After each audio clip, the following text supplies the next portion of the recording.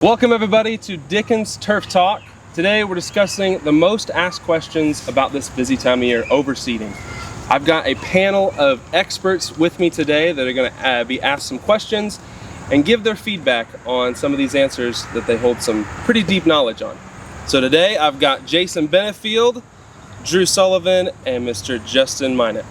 Guys, I've got some questions for you. Are you ready? Let's do it. Make something up. Roll with it, King. All right. So what is the best time of year for overseeding?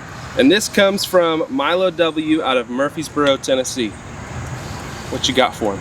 Fall is going to be the best time to overseed. I mean, for years we always said September 1st. They've kind of pushed that back closer to October now, like if you talk to the guys at UT.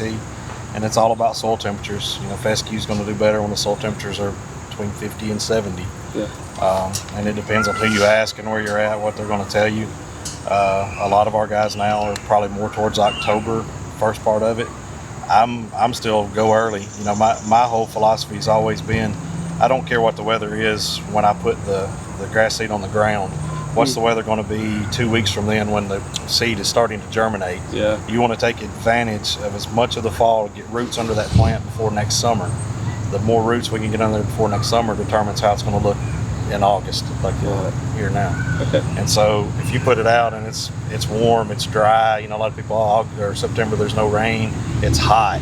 Okay, yeah, it's hot today, but if it's, what's it going to be 10 days from now when that seed sprouts? The days are getting shorter. You know, the nighttime temperatures mean a lot. So even if you have warm days, you have a little bit cooler nights. If you have the ability to water, you can get through those first couple weeks and get it established. And the other side of that, if you put it out and you don't water, nothing's going to happen. I mean, it can lay there for 3 and 4 weeks at a time if you're waiting on Mother Nature to do the watering for you. So I'm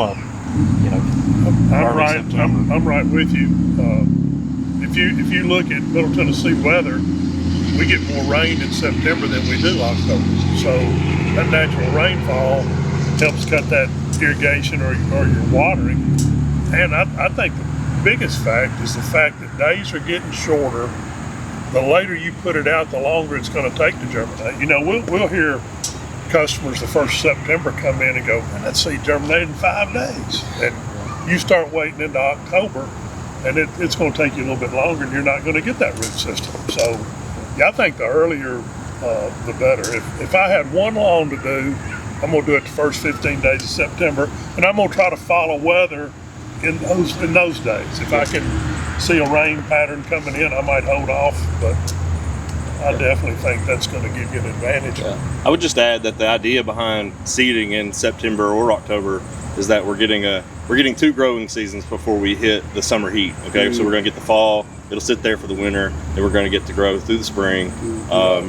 Comparative to where people want to go buy seed and put it out in the spring, they got a month or 2 of that stuff looking really good, and then the next thing you know, it's dead. They're going to do it all over again. Right. You know, so. And they don't think about the heat is what's killing it. The heat's what's killing it. They'll try to blame it on the seed. Right. Because you can't see the root system. They don't know that the roots never got developed. Right. Yeah. And Exactly. you use the fall to establish the turf, use the spring to mature the turf.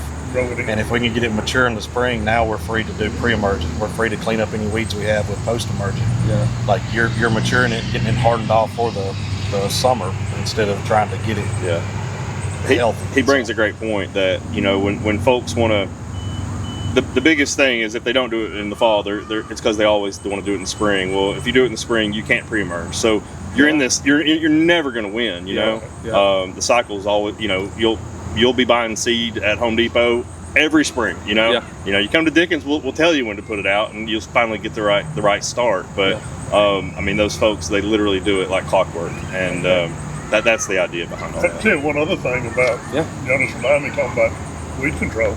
Starting early in September, you can get it grown in time to get maybe a late November, December broadleaf weed control app in if needed. You know, hopefully you're clean enough where you wouldn't need it, but you can get it established, mowed 3 or 4 times where you can do it weed control.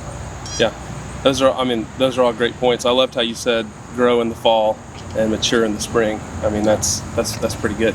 It's a great way to look at that. All right, next question, guys. How much should you water the seed? This comes from Marcus D. out of Mount Juliet, which we're at today. What I've always liked to work with is when you initially seed. Here again, man, if you can find a rain pattern coming in, that's great. But you need light, frequent waterings. You want to keep that seed bed moist. You don't need to drown it. You don't want to see puddles, but you don't want that seed in that first nook when it comes out of that casing.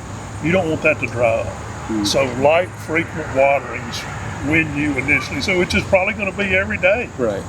Yeah, I've told some people, first 2 weeks twice a day, next 2 weeks once a day, and then we can start, bouncing it down after that. Yeah. So I mean, it soaks up water like a sponge till it cracks open and you see that little seedling emerge. And it's everybody wants an answer of, oh, you need a ½ inch, you need 1 inch. What? Really around here, I mean, humidity matters. That's going to determine how fast the water evaporates. So high humidity versus low humidity, your soils, where you're at. There's a lot of things that affect it. I just tell people when they ask me, I'm like, when you get ready to water, see if it's still moist. If it's still moist when you do your next watering, then you watered okay. If it's dry, then you need to either water an extra time or more. And if you have a good irrigation system, set it to run 3 or 4 minutes several times a day. If you're having to do it with a hose and a sprinkler, maybe you water really heavy once, just hoping to keep it moist until you can water again. But just keep it just needs to stay moist. And like Bruce said, it don't need to be muddy. You're not trying to water 12 inches deep into the soil. You're just trying to keep the seed moist until it can germinate. And then, like Justin's saying, we're trying to, at that point, then get the roots chasing water. But on the front end, it just needs to stay moist. Weather, yard, all that stuff dependent. Just make sure it's moist all the time. And that's where you can, in bare spots, a lot of, you'll see folks mulch with a paper product like our Profile Cover Grow or straw. You'll see new lawns where they'll do that, or hydroseeding. But, if you've got a established lawn, but you've got some bare spots, putting a little bit of mulch over that doesn't hurt a thing.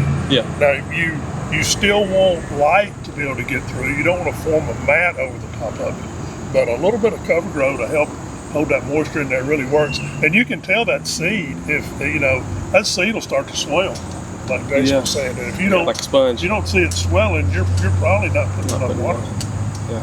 And the key is once, it'll lay there dry and it'll just stay there. That's how it works in nature. The plant matures, puts on the seed, drops it on the ground, it lays there till it gets what it wants and it germinates. If it's dry, that's fine. But once you get it wet and started, you've got to keep it there until it starts growing. So if you put it out and let it lay there for a week or 10 days and let a rain come through, once you get that good first watering, at that point you need to be ready to help it after that. Or I like to, if you see one coming, if you can water it for about a week in front of it, and then that Mother Nature gives you that rain behind it, you'll probably be mowing within a week or so. We'll get to that in just a second. I got one of those questions down here. So next question, which is better, dethatch or aeration? This comes from Becky S. out of Hendersonville. You're talking about two completely different things. You dethatch a lawn to get that thatch layer out of the soil. You're gonna, and a lot of times fescue, you really don't need that. And here again, you'll hear me talk a lot about using organics, and if you can use organics and feed those bugs in the soil, they're going to eat that thatch, or they're going to help decompose that thatch. So dethatching in fescue is not really a big thing, but aeration, man, I can't stress enough how much you need to aerate. That you're getting oxygen to the soil. Everything has to have oxygen to live. You're relieving compaction. A lot of people think you're doing that to, get the seed down in the soil. You're not. You're getting air down in the soil. So, man, aerating, at least from my school of thought, is by far the best. Well, one of our problems we have growing grass here is our soils aren't great. They're really clayey or a big giant rock that we all live on. But the more you can work that soil to help those roots, the better you are. But I think the reason people, air fine in the spring would be great. You could air fine in the summer if you have irrigation. But the reason it's done in fall is seed to soil contact.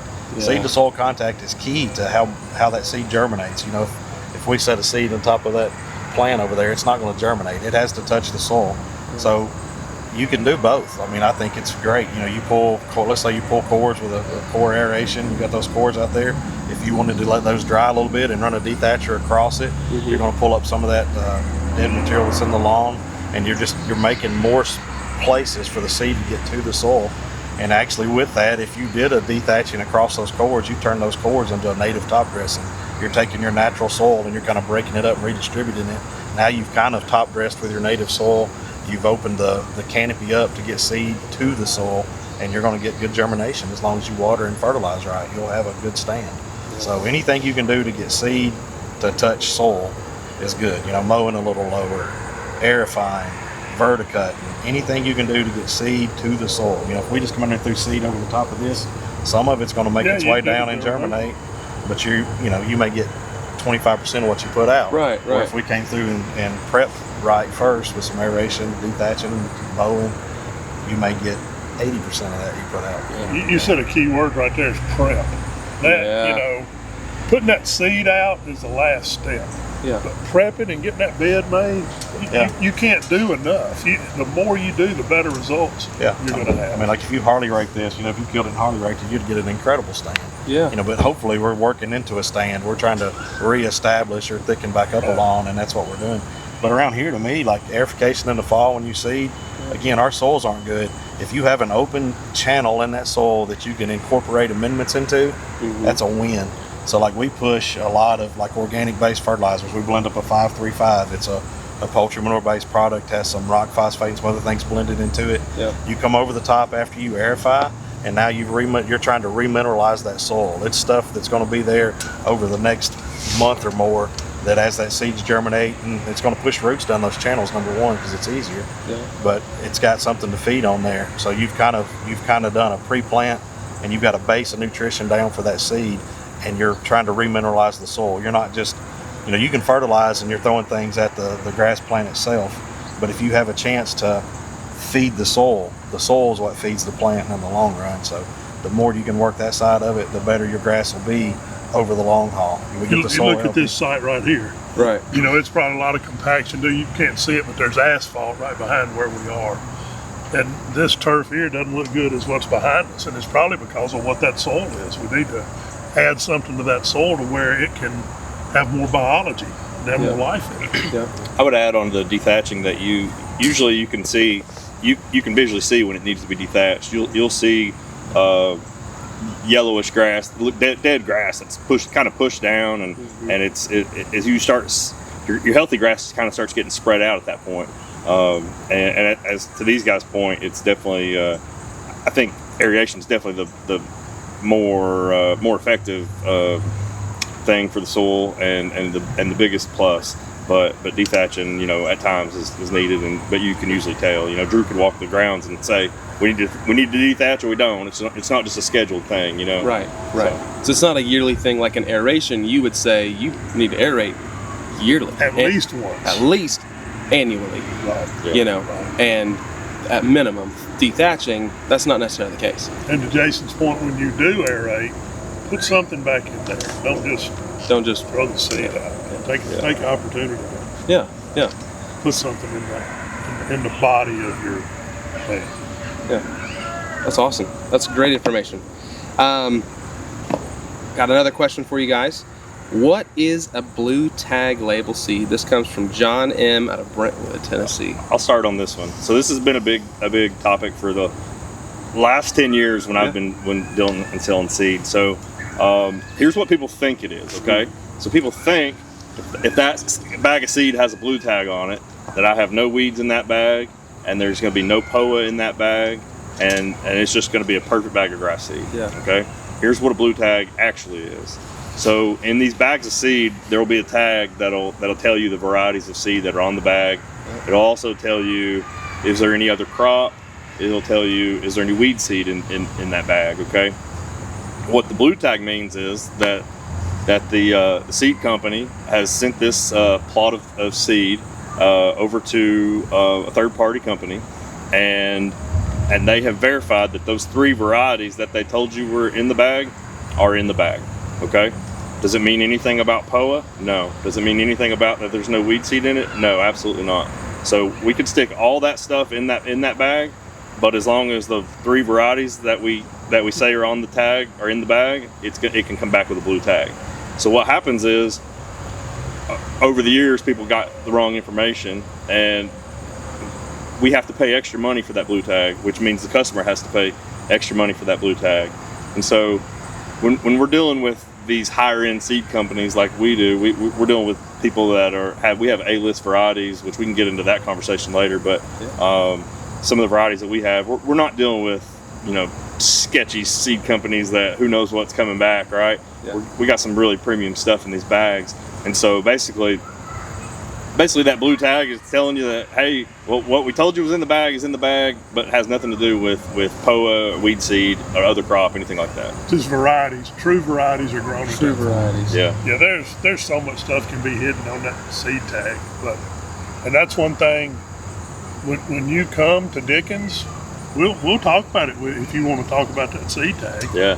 You go to a box store, and the people working there don't know what's I was going to tell a story. I was trying to think of a time to tell a story. And it's not the only customer. You guys have probably had the same kind, but I've had a homeowner who buys one bag of seed a year. Okay. Yeah. Come in with a binder, a full 3-ring binder of all of his notes for the kind of grass seed he wants to get. I mean, that's how serious these people they take their lawns, which we love it. We want to partner with them and make sure they've got the best lawn in the neighborhood, right? Yep. And that way all the neighbors are asking, where'd you get your stuff, right? And that's how our business is built. But that's the kind of detail that people go into to get their grass seed. So it's the kind of detail we go into to buy our grass seed, right? So I'll say this, being the old guy, because I've kind of seen this turf tall fescue market develop.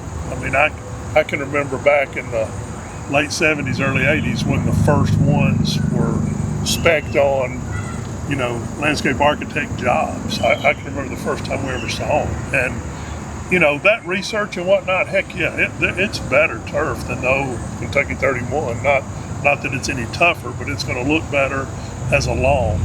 But these varieties, man, if you think about that time frame,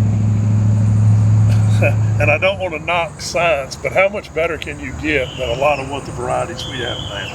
Yeah. We've seen these varieties that have worked for us over the years, and that's really what we look at going. We trust who we buy from. Right. We've dealt with these same 5 and 6 seed companies for 20 years.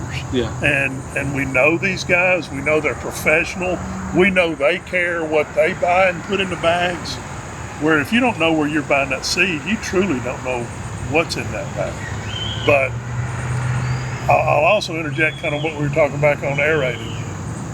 How you treat that seed bed is a whole lot more important than what that variety of grass seed is. That's going to make a major difference. It is true, yeah. But anyway, blue sag, that gets to be a misconception. Yeah, for sure. Yeah. I mean, it's saying it is what it is, and it might be a fine variety. I mean, I think people use it as a sales pitch. There's a lot of people, you can buy varieties that are cheaper, put them in a bag, and then pay a couple extra bucks to have it blue tag certified. Yeah. A side farm, it might mean something to them if they're growing a certified field of fescue where this is what we say this is. Sure. They'll pay a little extra for it, but as a homeowner, we're trying to do that work for you so that you don't have to worry about that. Yeah. Because, for years, we would kind of look at these seed guys and we'd look at the southern turf trials. There's NTEPs all across the country where they test fescue, they test them for heat and drought tolerance, brown patch resistance, color, density, all those things, because we want it to be pretty. Yeah. But they'll do these trials. Well, we don't care what the ones in Ohio and New Jersey look like. We want to know what the ones in Birmingham or North Carolina, what those look like. Yeah. And so for years, we've kind of looked at that and say, hey, these are the varieties we think we want. Yeah. And a lot of the guys we deal with now, they'll come to us and they're like, look, these are the ones you want. We know what you want. These done best down there. Yeah. And if it'll grow in Tennessee, we know it's going to grow in Ohio, so we feel comfortable selling it to everybody. Yeah. So here's an example. So those guys that sell steaks on the side of the road? So it would be like if they could blue tag those steaks. Yeah. It's side of the road steak. That's what it is, right? But people think they've got it. Cow. It came from the cow and it's a side of the road steak. That's what we got, and it's blue tag. Luckily, the cow fell dead before we had to shoot it. It came from that cow. So that's what a blue tag means. Sure enough, this is what you got. Yeah. Right. And unfortunately, in the seed business, people got to believing that. Blue tag meant it was from the A+ butcher, and that's not the case. I hear a lot of people get confused, or they kind of misconstrue it with blue ribbon, like at a fair. It's blue ribbon, it's top prize, but right. that's not the case. No, they spent $1. They spent $1.50, and they had a company $1.50 a bag, and they had a company third party verify that that it was side of the road I steak. will say this, not necessarily in Fescue, but there are some situations where that's very important. Like if you're a sod guy, like Jason said, and you're growing different varieties of Bermuda grass, and you're sodding Sure. Tiffway, then you get certified that this is Tiffway, and you don't get a Bermuda in with your Tiffway that's different. So there's some situations where that's big. But Right. I would agree.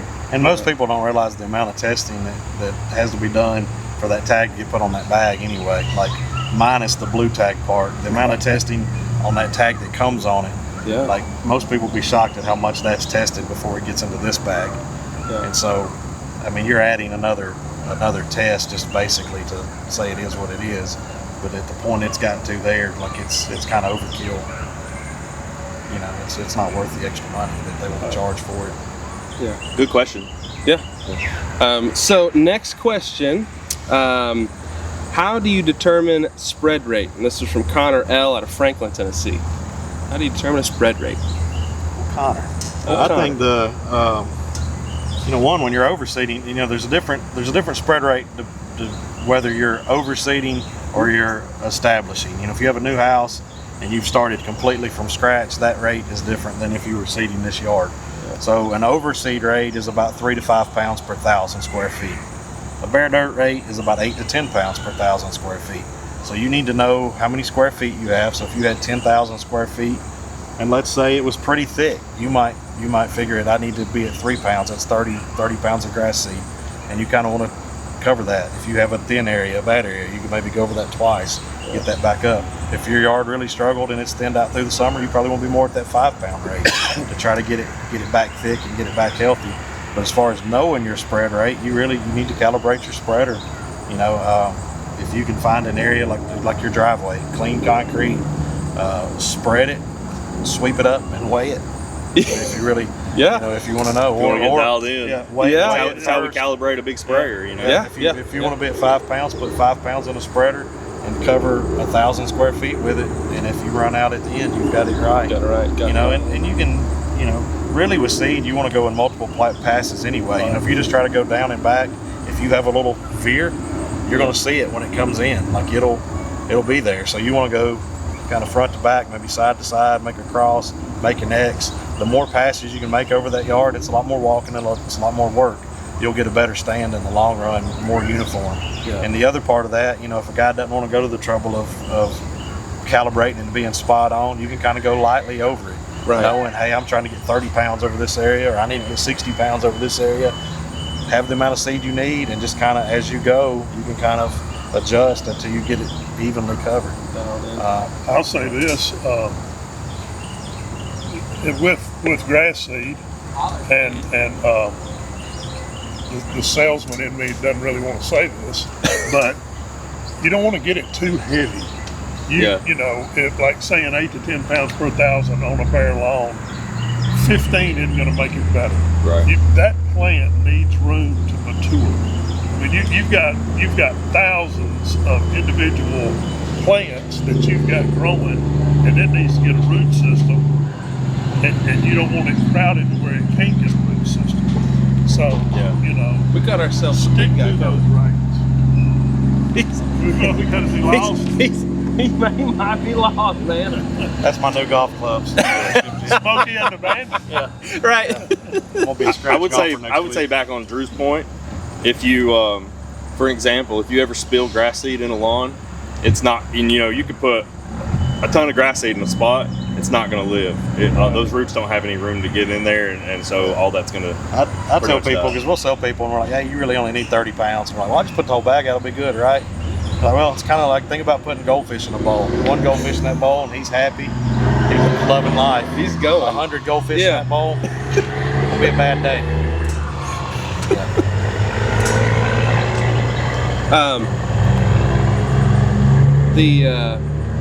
The goldfish in a bowl, I mean, if you got too much grass down, you're gonna choke it out. Yeah. That's what it comes And the down thing, to. the other side of it, it'll probably look great in the fall when it first germinates. Yeah. It's just, not going to be great once you start For the hitting long the summer. And I think an important fact to get out of this is knowing your square footage.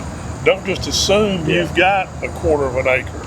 You know, if you come in and tell us you've got a quarter of an acre, we're going to say you've got close to 10,000 square feet. Yeah. And if you just have 6, Right. you're buying too much seed. Google Earth, man. You know, and all you Google got to Earth. do is step it off. You Yeah. can really. You can step it off or come in Footage to us and give us an address if you want to. We can measure it for you. Yeah. Yeah, like Drew said, God, don't ask me to do that. What are you talking That's why you about? stay in the office. Yeah. like Drew said, I mean, we make a living selling grass seed and fertilizer, but we want you to be successful. Like if you only need 25 pounds, we would rather sell you 25 pounds than sell you 50, and then it not look good Right. next year. So I'll say something that we do occasionally, and grass seed comes in 50-pound bags for the most part. We have some smaller ones, but that guy that needs 25 or 30, I always tell him, like, man, we get a lot of thunderstorms and stuff too. Mm-hmm. So I'll say, hey, like, just put out what you need, stick the rest of it in the garage, because if you put all 50 out and then we get a thunderstorm and man, we get a washout, you might be coming back to see me. So it'd be nice if you had that 25 pounds left. Right. Yeah. You could throw it out in a couple weeks, if it come through a storm before it really got germinated, Yeah. And I'll say this on that. That didn't sound like this on that. Yeah. But honestly, you can save it from year to year, keep it dry. You can. Yeah. I've heard a lot of folks, professionals, say that second year grass seed will germinate better than newly harvested. So And a lot of you're people not don't realize gonna lose that. germination. If we have one of these bags that's left over pushing a year, the state of Tennessee comes in and tests all of it. Yeah. Every one we've ever seen comes back, the germination's higher than what's on that What's tag on right the now. label. Yeah. So, Gentlemen, I've got time for maybe 2 lightning questions. 2 lightning round questions. Let's do it. What does that mean? Make them You gotta fast, do baby. Coated or non-coated seed? This comes from Bobby K. of Powell, Tennessee. Yeah, I'll Is start. that quick? Well, Yeah. we can go quick on that. So coated, non-coated. Do you want 13 million seeds in your lawn in your 50-pound bag, or do you want 6 million seeds in your 50-pound bag? Yeah. Is that Yep. the idea on the coating, as grass seed got higher in cost, these companies said, hey, maybe what we can do is we can get the customer to really only buy 25 pounds of seed, and we'll lower our price just a little bit and make it attractive, and but the customer's getting less grass seed, right? they take 50 pounds of seed, turn it into 100 pounds of product. Yeah. Look at the tag. I mean, it looked inert matter and percent seed. Yeah. Yeah. It'll be about 50-50. You're buying That's about half the seed, quick about half. that's the quick lightning answer there. Yeah. And I add one thing to it, and I'll say it quick. Water saver does not mean you're not going to have to water. Yeah. It might germinate a little bit quicker with that little whatever they put on it, Yeah. but you're still going to have to get it established. Yeah. So Yeah. know who you're buying seed from and what's in the bag. Well, gentlemen, thank you very much. This was very informative, and we appreciate your time.